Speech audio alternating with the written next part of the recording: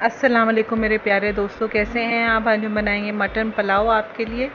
बहुत अच्छा बनता है और ये कुर्बानी के गोश्त का मैं बना रही हूँ। तो शुरू करते हैं। सबसे पहले इसके लिए मैंने मटन को बॉईल कर लिया। Salt, big cardamom, cinnamon, whole coriander, ज़ीरा, गार्लिक और जिंजर के साथ, और साथ नमक ऐड किया, पानी ऐड किया। और ये आप देख सकते हैं एक छोटी सी गोल सी, उसके अंदर सब कुछ मैंने भर के और इसको बॉईल कर लिया था और यखनी तैयार कर ली थी। तो दूसरी तरफ हमने ये है कि एक देगचा लिया और उसके अंदर मैंने ऑलमोस्ट ये लिया है जी हाफ कप ऑयल।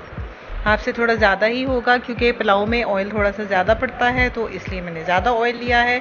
और अब इसके अंदर मैंने ले लिए हैं 3 दरमियाने प्याज, जिनको अब मैं फ्राई करूँगी। थोड़ा सा गोल्डन ब्राउन मैंने करना है इनको, डार्क ब्राउन नहीं करना। और इनको थोड़ा सा हम मिक्स कर लेंगे पहले ऑयल में। और साथ इसमें हम डाल देंगे जी दालचीनी के टुकड़े, 4 अदद डालेंगे टुकड़े इसके अंदर, 1-1 इंच के। मुझे दालचीनी का जायका पुलाव में बहुत पसंद है, इसलिए मैं थोड़ी ज़्यादा ऐड करती हूँ, आप कम भी डाल सकते हैं। साथ हम बड़ी इलायची डालेंगे 2 अदद, ये 2 इलायचियाँ हमने डाल दी। और साथ हम 1 टीस्पून इसमें ज़ीरा ऐड करेंगे।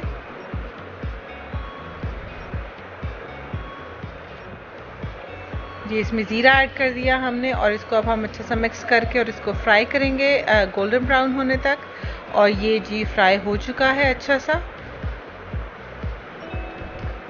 अब इसमें हमने जो तैयार यखनी थी वो हमने इसमें ऐड कर दिया है। ये ऑलमोस्ट 2 ग्लास बनते हैं ये यखनी के, वो हमने बीच में ऐड कर दिया है। और आप इसको छान के भी ऐड कर सकते हैं। ये जो बड़ी इलायची मैं निकाल रही हूँ, ये यखनी में मैंने डाली थी, तो इसलिए मैं इसको निकाल रही हूँ क्योंकि इसका यूज़ ख़त्म हो चुका है। नई वाली इलायची मैं ऑलरेडी ऐड कर चुकी हूँ, तो उसी को मैं यूज़ करूँगी। और इसको मैंने निकाल दिया है। और अब ये जो है मटन था, इसको मैंने ड्रेन करके निकाल लिया था यखनी से, और इसको मैंने बीच में ऐड कर दिया है। और हम इसको थोड़ा सा बॉईल करेंगे। मटन बहुत अच्छा सा गला हुआ है। कुर्बानी का गोश्त थोड़ा सा टाइम ज़्यादा लेता है, लेकिन अच्छा सा वॉश करके आप इसको आटा लगा के आप इसको वॉश करेंगे तो इंशाल्लाह जल्दी गल जाएगा। मैंने ऑलमोस्ट 17 मिनट्स कुकर में रखे थे, तो ये बहुत अच्छा गल गया मटन इसका। साथ मैंने ये 4 जो है साबुत लाल मिर्ची इसमें ऐड कर दी हैं। अब इसको हम बॉईल कर रहे हैं थोड़ा सा। ये हम इसमें जी 1.5 टीस्पून हमने ऐड किया है जी घर का गरम मसाला। इसकी रेसिपी जो है मेरे चैनल पे मौजूद है, आप ज़रूर चेक कर लीजिए। इसमें ये जो गरम मसाला है, इसमें मेरे सारे जो हैं वो ड्राई जो गरम मसाला के इंग्रेडिएंट्स हैं वो एडेड होते हैं। अब इसमें मैंने डाल दिया है जी 2 ग्लास पानी चावल डालने से पहले, और इसको मैं बॉईल करूँगी। और इसके बाद इसमें मैं चावल ऐड करूँगी।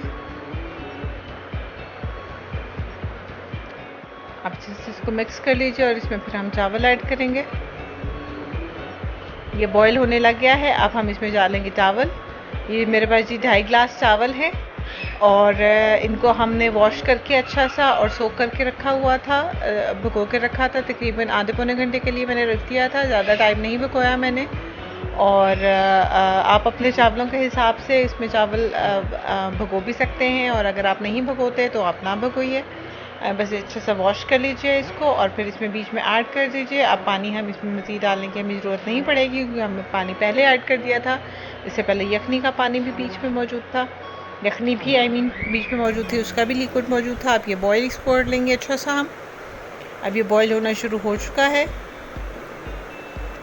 अब इसको हम थोड़ी देर बॉयल होने देंगे। अब ये जब काफ़ी ज़्यादा बॉयल होना शुरू हो जाए तो हम इसमें 2 बादियान के फूल ऐड कर देंगे।